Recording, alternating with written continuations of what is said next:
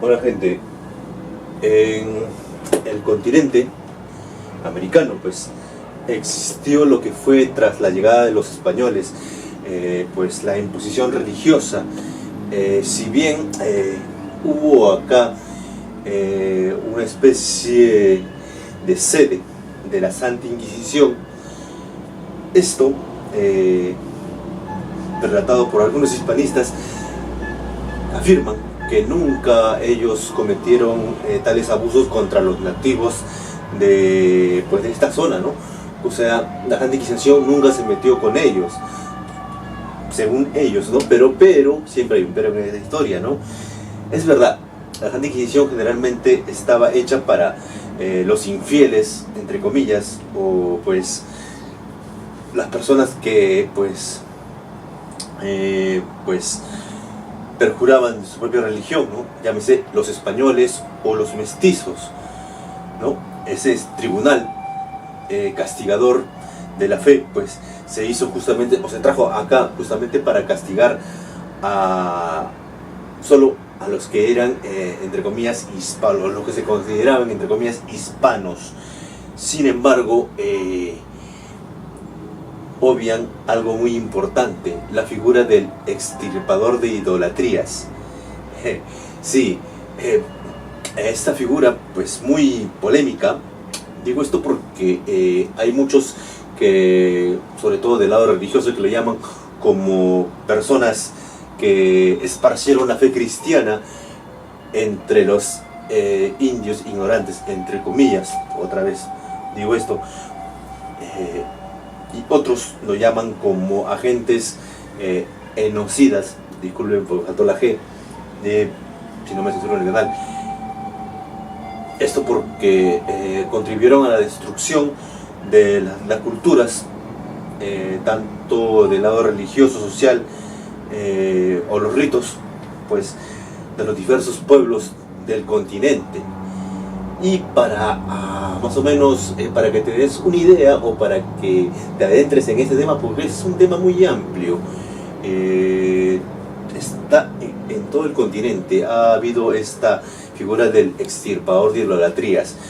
Ya hice un video, por ejemplo, del padre Landa en México, el destructor de los códices mayas, justamente que en un auto de fe quemó los códices mayas, ¿no? Importante documento que narraba la historia milenaria de los mayas, ¿no? Un atentado cultural, ¿no? Muy grave, ¿no? Pero bueno, abocándonos acá en el Perú, pues tenemos un libro muy interesante llamado La extirpación de la idolatría en el Perú, escrito en el siglo XVII, en la primera mitad del siglo XVII, en el año 1620, más o menos, por el padre jesuita Pablo José de Arriaga. El hombre que nació en España en el 1564, en el pueblo de Vergara, pues vino a temprana edad al Perú para servir a la orden de los jesuitas, ¿no? Y aquí se formó y se educó en la Universidad de San Marcos, ¿no? Que en ese tiempo muchos sacan el pecho de San Marcos como la primera universidad fundada en este continente, ¿no? Pero magia, lo que votaban todos los años esta universidad no eran científicos, no eran arquitectos, no eran hombres de ciencias, ¿no? Generalmente votaban abogados, teólogos y extirpadores de idolatría. Sí, generalmente esas figuras burocráticas que hasta el día de hoy pues son muy mal vistas por el tema de la corrupción, pero esa es otra historia. El punto es que me aboco a la figura del extirpador de idolatrías, que en este libro está explicado de una manera magistral. El hombre, que era en cierta parte culto, pues escribe la historia y divide el libro en tres partes. La primera, que es justamente las diferentes manifestaciones de herejía de los indios, entre comillas digo esto porque también es una parte, es un hierro siempre constante, ¿no?, de los españoles de llamar indios a estos pues nativos americanos, ¿no? Y bueno, la segunda parte es el por qué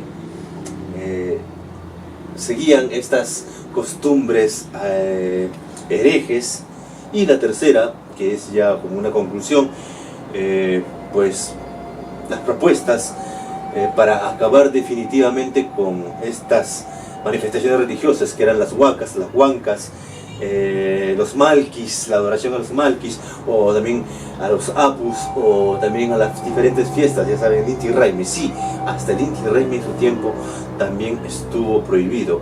Y pues bueno, comencemos con la primera parte, que es las diferentes manifestaciones. Ya escribí un compendio de otro libro, de hecho ya hice un video de un compendio de otro libro que se llama Dioses y Hombres de Guarochirí, muy bueno, por cierto, te lo recomiendo, ¿no? Pero bueno, yendo a la primera parte de este libro, pues la extirpación de la idolatría en el Perú, de Pablo José de Arriaga, el hombre, pues en la primera parte nos relata todas las manifestaciones culturales, religiosas de los antiguos pobladores de este territorio. Puede hablar de la gente de Ilave, Puno o Yunguyo, yendo aún a, pues, peregrinando a Tiahuanaco o a los diferentes centros arqueológicos que estaban ahí, ¿no? O también en mismo Guarochirí, que repartían la hoja sagrada, la hoja verde, no puedo decir su nombre porque también me censuran, pero bueno, repartían la hoja sagrada, la hoja verde a los diferentes apus en diferentes fechas para agradecerles por el cultivo, por el buen cultivo, o por las lluvias, o también las manifestaciones en Cajamarca, en Guárilas, lo que es el departamento de Ancash, en Conchucos, en Huamachuco, ¿no? Y hasta mismo Lima, ¿no?, en Pachacamat, que aún todavía, a pesar de que ya no existía la figura de Pachacamat, el tótem, pues que recuerden que fue destruido por el cura Valverde, el fray Valverde, perdón, pues aún seguían yendo de peregrinación a Suchacamat, ¿no? Lo cual el hombre va a la segunda parte, que es el por qué, ¿no?, de todas estas manifestaciones, que a pesar de que los españoles les trajeron la verdadera fe, entre comillas, el cristianismo, esa fe de amor entre todos los seres humanos, igualdad, entre comillas, también digo esto porque la religión nunca es igualdad, ¿no? En esta segunda parte explica lo que es las diferentes manifestaciones, el por qué. Y él afirma de que justamente en agradecimiento a los grandes apus que les daban agua, a los diferentes animales que les ofrecían como alimento, también peces, o también las diferentes historias, las ricas historias milenarias que se pasaban de generación en generación, ¿no?, a través de su propio idioma, el quechua, sea el aymara, o también más al norte, o al oriente, las diferentes lenguas amazónicas, ¿no? Con lo cual nos narra también algunos que otros cuentos, ricos cuentos, que hasta el día de hoy me sorprendo. Llego a ciertos pueblos, por ejemplo, de la de Chapoyas o de Puno, y los cuenta tal como son, ¿no? A pesar de que estos pobladores de muchos pueblos así alejados nunca hayan leído tampoco este libro, ¿no? Es una tradición oral, ¿no? Lo que llamo la literatura oral, muy rica en esta parte del mundo, ¿no?, literatura oral en este continente, en este caso Perú. Pero bueno, y pues la tercera parte llama lo que es el mismo procedimiento para, pues, acabar con la adoración de las huacas, con la adoración de las huancas y también de los apus. Llama pues exterminar o quemar todos los malquis. Los malquis, recuerden eso, como las momias que eran guardadas en cierto lugar, pues de las momias de los grandes líderes o los grandes antepasados, y que eran sacadas en procesión muchas veces tiempos después, en cierta época del año, como especie de recordatorio, ¿no?, como el Día de los Muertos. Llamaba la destrucción de los malquis. Él mismo narra cómo en Guarochirí él se encargó personalmente de eliminar o quemar a varias momias, ¿no? Varios malquis, ¿no? O también narra de lo que es el castigo a los reincidentes, ¿no? Primero era la cárcel y luego si salía de la cárcel y seguía reincidiendo, pues ya saben, ¿no? El castigo era el desvivimiento, pero ya saben, ¿no? El desvivimiento a la española, de una forma muy cruel.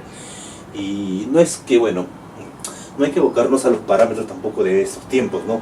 Recuerden que esos tiempos eran diferentes, eran más bárbaros y pues hay que por lo menos abocarnos a los hombres, a cómo eran en esos tiempos la gente, ¿no? Como diría Camus, ¿no? Todo ser humano es una víctima de su propio tiempo, ¿no? Por eso hay que verlo también con esos ojos. Y para eso también promovía lo que es construir más cárceles, sobre todo en Lima, y escuelas para los hijos de los curacas, sí. Muchos dicen que la educación vino con los españoles, lo cual es mentira y verdadero en parte, porque si bien se construyeron universidades, ya dije, por ejemplo, acá en San Marcos, en Lima, en Arequipa y en Cusco también hubieron universidades, estas pues generalmente votaban lo que ya dije, ¿no? Abogados, litigantes, teólogos o extirpadores de idolatrías, ¿no? Esos tres siempre estaban más, esos tres profesiones estaban más adelantadas en su tiempo, bueno, ¿no? Y la cosa que pues promovía escuelas el hombre para que se educaran solamente los hijos de los curacas, no todo el pueblo. La educación en ese tiempo no era universal, ¿no? Como fue en su tiempo, tal vez en los incas, ¿no? En la ya época de Pachacútec o Huayna Cápac, ¿no? Donde ya hubo una educación ya más avanzada, ¿no? Sino promovía lo que es la élite, ¿no? Los curacas, o sea, los antiguos descendientes de ese linaje noble de los incas, para que estos pudieran servirlos como peones, para que dominaran a las grandes masas, ¿no? O sea, siempre una élite dominando a otra élite, ¿no? Lo que sucede en sociedades piramidales. Y recuerden pues que siempre donde hay sociedades piramidales, siempre con el tiempo siempre va a haber revoluciones, ¿no? Ese es el mecanismo de la historia, ¿no? A través de la historia siempre ha habido eso, ¿no? Por esas diferencias, grandes abismos sociales. Bueno, el punto es que pues este libro es un importante documento de cómo se desarrolló para mí lo que fue un verdadero atentado a la cultura, ¿no? Sin embargo, el tiempo, hablando con lo que es ya el proceso del tiempo, uno puede ver viajando por alrededor del país que aún los ritos sagrados o las fiestas tradicionales, si bien algunas han sido ya mixturizadas con la religión católica, muchas aún conservan su primigenio, pues su primigenia raíz, ¿no? Ya saben, el Inti Raymi, a veces los carnavales de diferentes pueblos, con diferentes historias o tradiciones, ¿no? Muchas historias, ¿no? En todo el Perú, y eso significa que por más que hayan intentado atentar contra la cultura de toda esta gran nación, que en ese tiempo los diferentes pueblos nativos, pues siempre aún así la cultura ha sobrevivido, ¿no? Y eso a veces me llena de orgullo, ¿no? Que a pesar de la fuerza de la imposición, muchas veces de las armas y más que todo de la triste mortandad que produjeron las pestes, ¿no? Que trajeron los europeos, un tema muy aparte, ¿no? Que fue sin querer, queriendo, bueno, es otro punto, ¿no? Pero bueno, el punto es que estos, pues, aún la cultura sobrevive, ¿no? Y esto tal vez esté en nuestra sangre, ¿no? Pero bueno, gente, para más o menos ubicarlos en ese proceso de la historia que fue la extirpación de las idolatrías, pues hay que leer este libro, ¿no? Para entender más que todo, ¿no? Porque lo que fue este choque cultural, tampoco no hay que irnos a ese extremo también de decir que no, que todo lo que era español fue malo, no, porque en general siempre, la mayoría de los padres, viendo de su lado católico, quisieron inculcar su religión, ¿no? Pero pues, como diría el gran Émile Cioran, el filósofo rumano, muchas veces tratando de hacer el bien, a las finales terminan haciendo el mal, ¿no? Como dice, el mismo Rumano, el infierno está lleno de personas que han querido hacer el bien, ¿no? Y pues en este caso pasó esto, ¿no? Con el extirpador de idolatrías, ¿no? Una figura muy polémica. ¿Qué dices tú, gente? Pues de este personaje, ¿no? Me gustaría pues que ahondáramos más en este tema tal vez, ¿no? Pero pues yo te vengo a recomendar este libro, La extirpación de la idolatría en el Perú, escrito por el padre jesuita Pablo José de Arriaga. Por cierto, él tuvo un final muy triste, ya que tiempo después de su labor en Perú fue enviado a Cuba, y en pleno Caribe, tras una tormenta, pues en una época de huracanes, pues el hombre naufragó y pues nunca se halló su cuerpo, ¿no? Porque pues fue devorado por las aguas del mar Caribe, ¿no? Muy triste final, ¿no? Pero gente, pues esta es parte de la historia, y pues la extirpación de la idolatría en el Perú, de Pablo José de Arriaga. Gente, pues nos vemos en otro video. Aguante.